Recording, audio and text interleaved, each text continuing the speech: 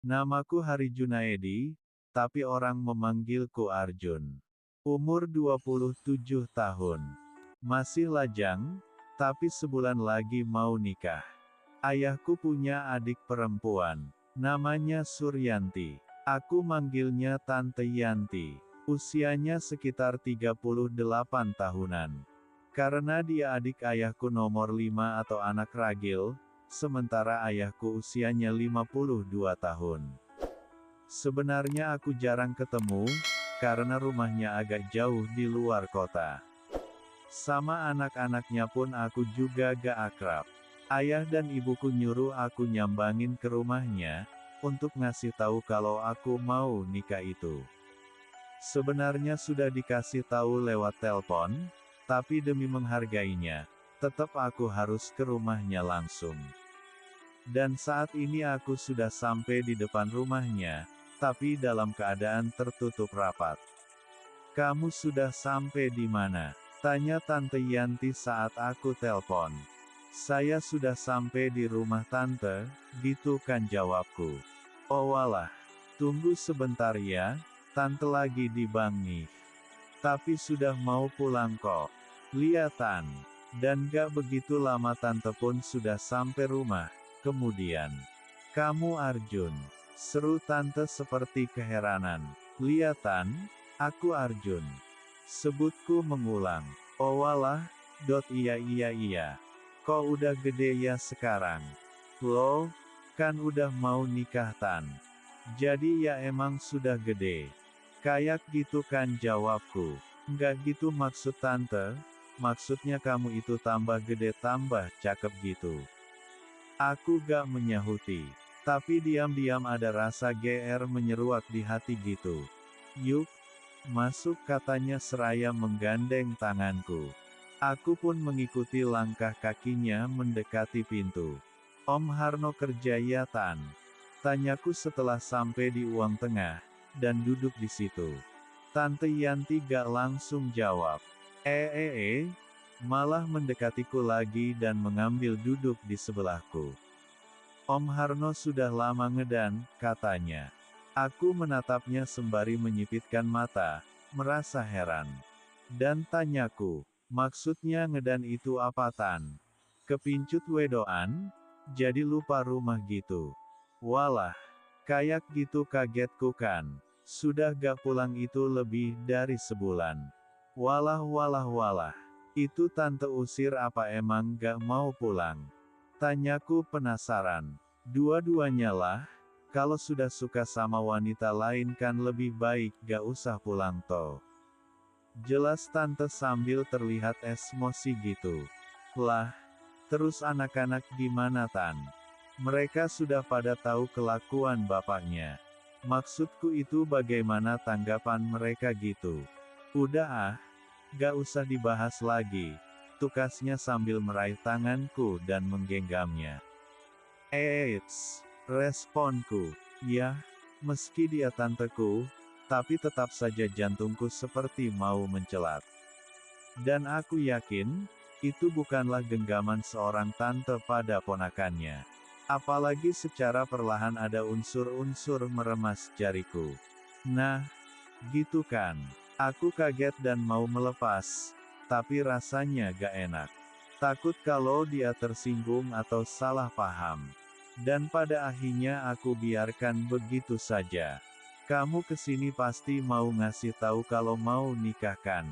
Liatan, minta doa restu Tante sekeluarga. Emang kalonmu anak mana? Masih satu kota juga Tan?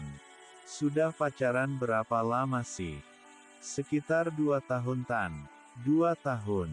Berarti sudah. Dia memutus kalimatnya. Aku gak tanya. Selain gak penasaran, karena aku lebih fokus pada tangannya yang sudah berpindah ke pangkuanku. Aku merasa suhu badanku seperti freezer yang rusak. Kadang panas, kadang dingin. Tumpang tindih datang pergi silih berhenti. "Arjun," katanya. "Iya Tan. Sebelum kamu nikah, Tante mau uji kamu." "Diuji? Maksudnya gimana Tan?" gitu kan tanyaku gak paham. Setelah jadi seorang suami nanti, kamu harus mampu bikin istrimu bahagiakan. Terutama bisa memberikan nafkah batin, gitu katanya. Sekarang aku baru mudeng maksudnya. Lantas cara ngujinya gimana Tan? Tanyaku. Ya, kamu harus eksperimen dulu sama tante. Waduh. Seruku lumayan keras lantaran kaget bukan kepalang. Aku tercenung. Mikir, kenapa mesti diuji? Padahal itu masalah privasi. Kalau tentang mampu atau gak, pasti aku jelas mampu. Lawong sudah aku coba berkali-kali sama kayonku kok. Tapi anehnya aku gak bisa komen lagi. Merasa gak punya kata-kata lagi untuk nolak. Tapi kalau dipikir kenapa juga aku harus ditolak, kalau gak ada alasan yang urgen. Kayak gitu kan. Dan sepertinya aku emang perlu diuji. Bukan untuk pembuktian mampu gak mampu melainkan untuk mencari perbedaan antara yang muda dengan yang setengah tua.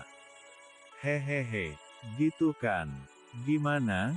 Berani melewati ujian dari tante kan?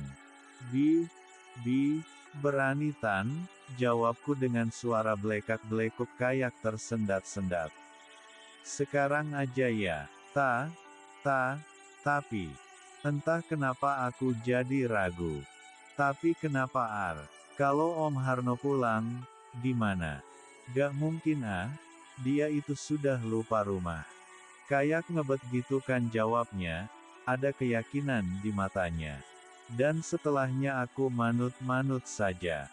Tangan Tante Yanti yang lincah dan terampil langsung mencari sesuatu. Dan sekali saja bergerak langsung pas menemukannya. Tangan itu langsung menari-nari dengan gemulainya, sampai akhirnya aku jadi terlupa, sudah gak bisa mikir apa-apa, sudah gak mau tahu lagi dengan siapa yang ada di dekatku ini.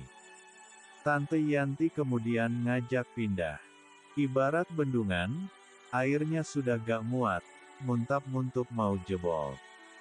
Dan benar saja, sebentar saja aku sudah dibuat kalang kabut, menerjang semua penghalang, memang dengan lahapnya. Sebagai junior, hampir saja aku kewalahan. Tapi naluri kelakianku mengatakan, ayo jangan keteteran. Awas jangan sampai kalah. Makanya aku ambil langkah santai biar bisa ngendalikan emosi. Tante Yanti bagai seekor kuda betina yang berlari di medan laga. Sedang aku adalah joki yang terus memacunya. Terus berlari dan berlari, kencang sekali sambil sesekali meringkik mengejar bayang kemenangan. Sampai pada akhirnya terdengar lengkingan suara yang menandai masuk garis finish.